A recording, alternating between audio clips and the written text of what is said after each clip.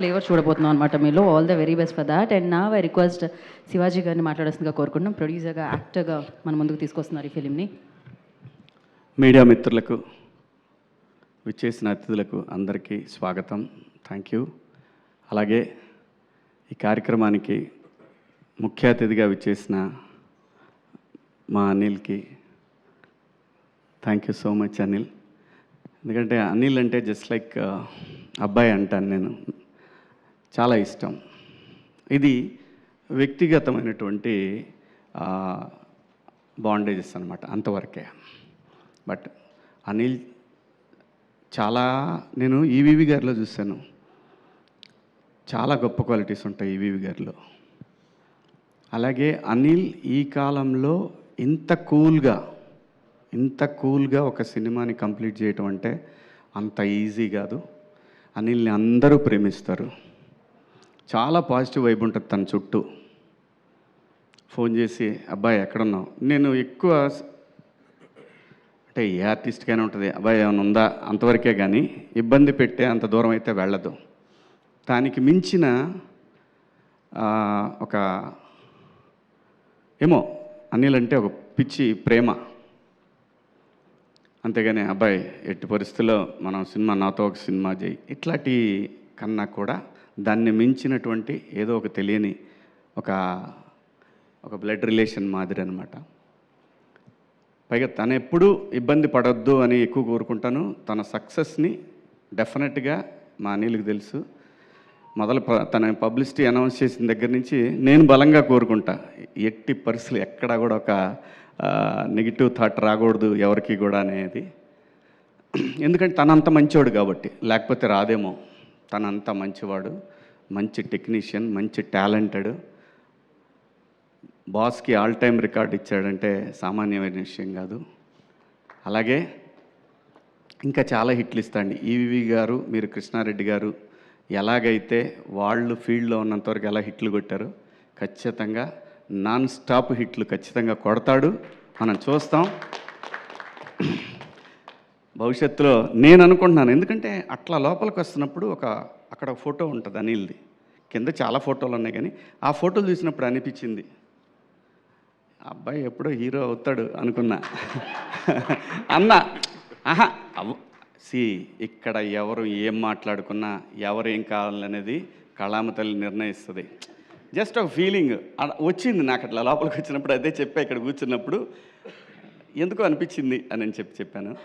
ఖచ్చితంగా అవ్వాలండి. వాళ్ళ తమిళ్లో అందరూ డైరెక్టర్లు చాలామంది హీరోలుగా చేస్తున్నారు, ఎందుకు అవ్వకూడదు? అయితే తప్పేంటి? ఆర్టిస్టులు డైరెక్టర్లు అవ్వచ్చు. రామారావు గారు hero, director, producer, makeup man, ఎన్ని చేశాడు రామారావు గారు. ఇచ్చేయి సినిమా రీమేక్ కూడా చెప్పాను ఇందాకనే. ఇచ్చేసాయి. అలీ గారు ప్రొడ్యూసర్గా.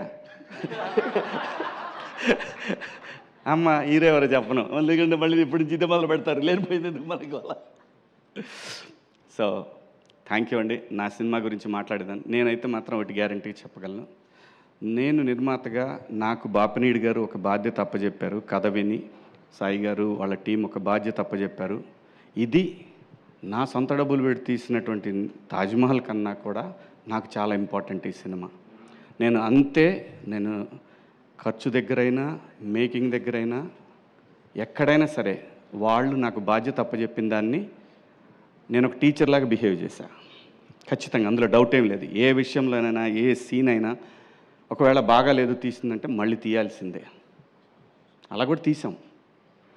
యాక్చువల్గా ఈ సినిమాలో సాంగ్ లేదు, కానీ ఆ సాంగ్ నన్ను హాంట్ చేస్తుంది ఎప్పటి నుంచో. ఆ పాయ అనే సాంగ్ ఎట్లా ఎవరికి కూడా ఈ సినిమాలో సాంగ్ అనే ఫీలింగ్ లేదు. నేను అన్నాను సిచ్యువేషన్ ఇది బాగానే ఉంటుందేమో చూడండి అన్న. అందరికీ నచ్చింది, ఇంక్లూడింగ్ సాయి గారు. ఈ సినిమాలో ఏ పని చేసినా, డైరెక్టర్లు అయినా సరే, ఆర్టిస్టులైనా సరే, టెక్నీషియన్లు అయినా సరే, ఏదైనా సరే, everything I have to report.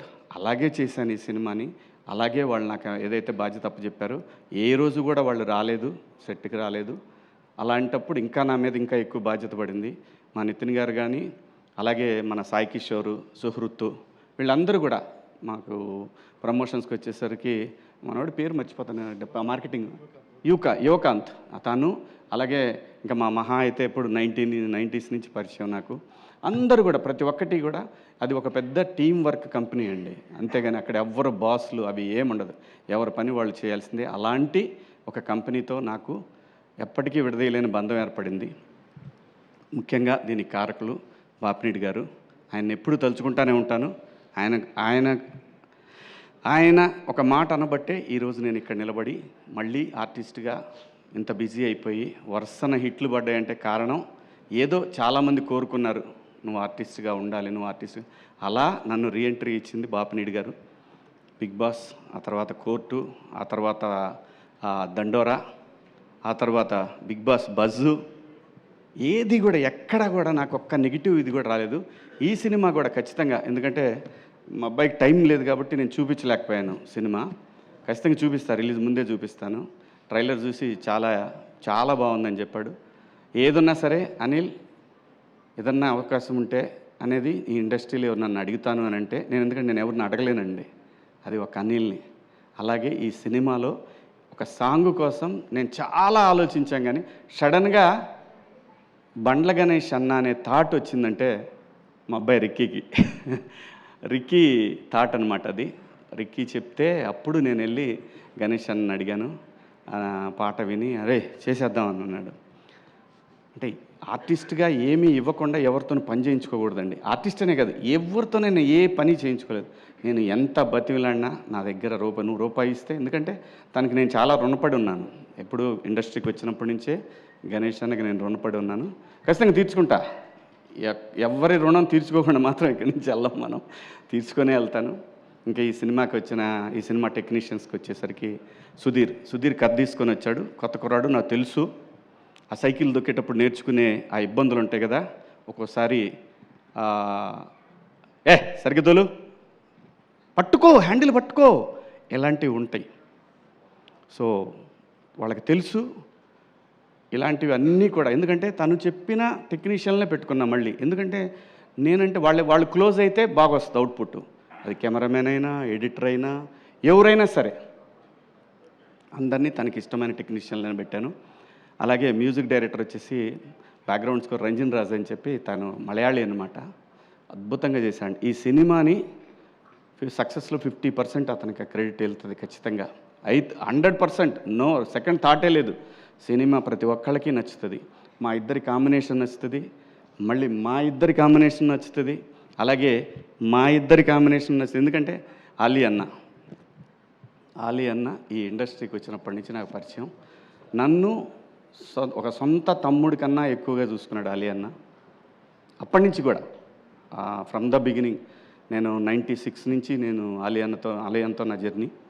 Ali అన్న ప్లస్ గణేష్ అన్న, చనిపోయాడు వేణుమాధవ్ అన్న, ఆయన, వీళ్ళందరూ నన్ను ఒక సొంత తమ్ముళ్ళలాగా చాలా బాగా టేక్ కేర్ చేశారు.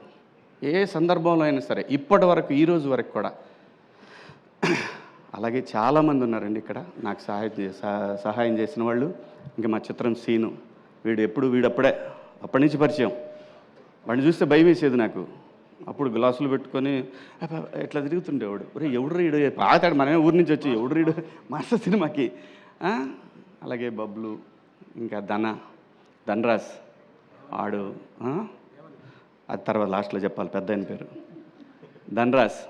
ఎప్పుడు అడిగితే అప్పుడండి, తనకి ఇచ్చిన రెమ్యునరేషన్తో పోల్చుకుంటే తను చేసిన డేట్లు చాలా ఎక్కువ. ఏ రోజు కూడా అడగలేదు. ఎప్పుడు ఫోన్ చేస్తే అప్పుడు అన్నా 2 రోజుల ముందు చెప్పేవాళ్ళం ధనాయ్, లేదంటే ఒక రోజు అటు ఇటు అయినా సరే చేసేవాడు. ఎందుకంటే కొన్నిసార్లు మాకు సీన్ నచ్చ కూడా మళ్ళీ చేయాల్సి వచ్చింది. లొకేషన్ నచ్చక చేసిన సందర్భాలు కూడా ఉన్నాయి. సో ప్రతి ఒక్క ఆర్టిస్టు, మన రఘుబాబు అన్న, అలాగే పృథ్వీ గారు, అలాగే తన పేరేంటి పమ్మిసాయి, చెమ్మక్ చంద్ర, రాఘవ, బుడ్డ నరేషు, అందరూ ప్రతి ఒక్కళ్ళు కూడా, ఇమ్మాన్యుయల్, ప్రిన్స్, చాలామంది అండి, 30 మంది ఆర్టిస్టులు ఉంటారు, గట్టిగా ఉంటారు ఆర్టిస్టులు. ఎవ్రీ సీన్లో ఆర్టిస్ట్ వస్తూనే ఉంటాడు, కొత్త ఆర్టిస్ట్ ఎంటర్ అవుతూనే ఉంటాడు. అది అనుకొని చేసింది కాదు, అలా అయింది. సమీరు. సో అందరూ ప్రతి ఒక్కళ్ళు కూడా చాలా బాగా కోఆపరేట్ చేశారు. మరీ ముఖ్యంగా చెప్పాల్సిన విషయం ఏంటంటే లయ ఈ సినిమా తను కూడా ప్రొడ్యూసర్లానే చేసింది. 4 o'clock అంటే ఎర్లీ మార్నింగ్ 4కి వచ్చే 6కి షాట్ ఉందంటే, అలా వాడు కూడా రోహన్ అయితే ఎన్నిసార్లు వచ్చాడో వాడు లొకేషన్కి వచ్చి మళ్ళీ చేయకుండా వెళ్ళిపోయినా ఎప్పుడు ఇంతవరకు అందరూ కూడా, ఎందుకంటే నా మీద అభిమానం, at the same time ETV product అందరి మీద ఉన్న అభిమానం, స్క్రిప్ట్ అందరికీ బాగా నచ్చింది, అందరూ బాగా సపోర్ట్ చేశారు. ఇంకా టెక్నీషియన్స్ విషయానికి వస్తే రిత్విక్, మిత్తిలు, మా ఎడిటర్ గారు మనోజ్ గారు, అందరూ ప్రతి ఒక్కళ్ళు, శివ, విక్రమ్, రామ్, మనోడు సందీపు ఇది డైరెక్షన్ డిపార్ట్మెంటు, అలాగే ప్రసాద్, ధీరజు, వీళ్ళు ఈపీలు అనమాట ఈ సినిమాకి. ఆ తర్వాత మా అందరినీ నడిపించిన ఒక పెద్ద విగ్రహం ఉంది, అదే మా బాలాజీ సీనన్న.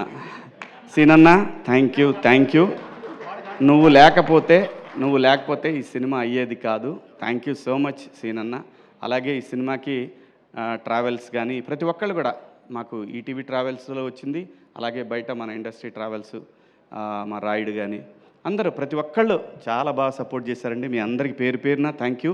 ఇంకెవరినన్నా మర్చిపోయి ఉంటే, ఇంకెవరన్నా మర్చిపోలేదుగా, మనం ఒకే ఒక్క వ్యక్తిని మర్చిపోయానండి. అప్పటి నుంచి ఇప్పటి వరకు, నేను ఇండస్ట్రీకి వచ్చిన దగ్గర నుంచి ఈ రోజు వరకు నాకు ఇండస్ట్రీలో అతి ముఖ్యమైన ఫ్రెండ్స్లో ఒక ఫ్రెండ్ మా కమల్, మిత్రుడు కమల్. చాలా నాకు ఇండస్ట్రీలో ఫస్ట్ ఒక హీరో పరిచయం ఏంటంటే ఇతనే. నాకు సీతారామయ్య గారి మనవరాల్సు అనే సినిమాకి ఇతను హీరో అయితే, మేము సీతారాముల కళ్యాణం చూతమరారండే సినిమాకి మేము ఇద్దరం పరిచయం అనమాట. అప్పటి నుంచి ఈ రోజు వరకు నాతో ప్రతిరోజు ఫోన్ మాట్లాడుకొని ఉండడు. చాలా మంచోడు, మంచి ఆర్టిస్ట్. మన దండోరాలో ఇతనికి చాలా మంచి పేరు వచ్చింది, రంగామామ. Thank you Kamal, thank you so much. అలాగే అందరండి, కాదంబరి కిరణ్ గారు, ఈ సినిమాకి పనిచేసిన కాదంబరి కిరణ్ గారు, ఇంకా చాలామంది ఆర్టిస్టులు పనిచేశారు. అందరికీ పేరున ధన్యవాదాలు. Thank you so much once again. Thank you Bapineedu garu, thank you Sai garu, thank you Nitin, thank you so much అండి మీ అందరికీ. అబ్బాయి thank you, I love you, thank you so much. Thank you Shivaji garu, thank you so much. So విన్లో మరొక thanks అండి, sorry. అయ్యో thank you. And కాదు, తెలుగు చలనచిత్ర సీమలో వరుస విజయాలు అని గూగుల్లో టైప్ చేస్తే ఫస్ట్ వచ్చేది రాజమౌళి గారి పేరు.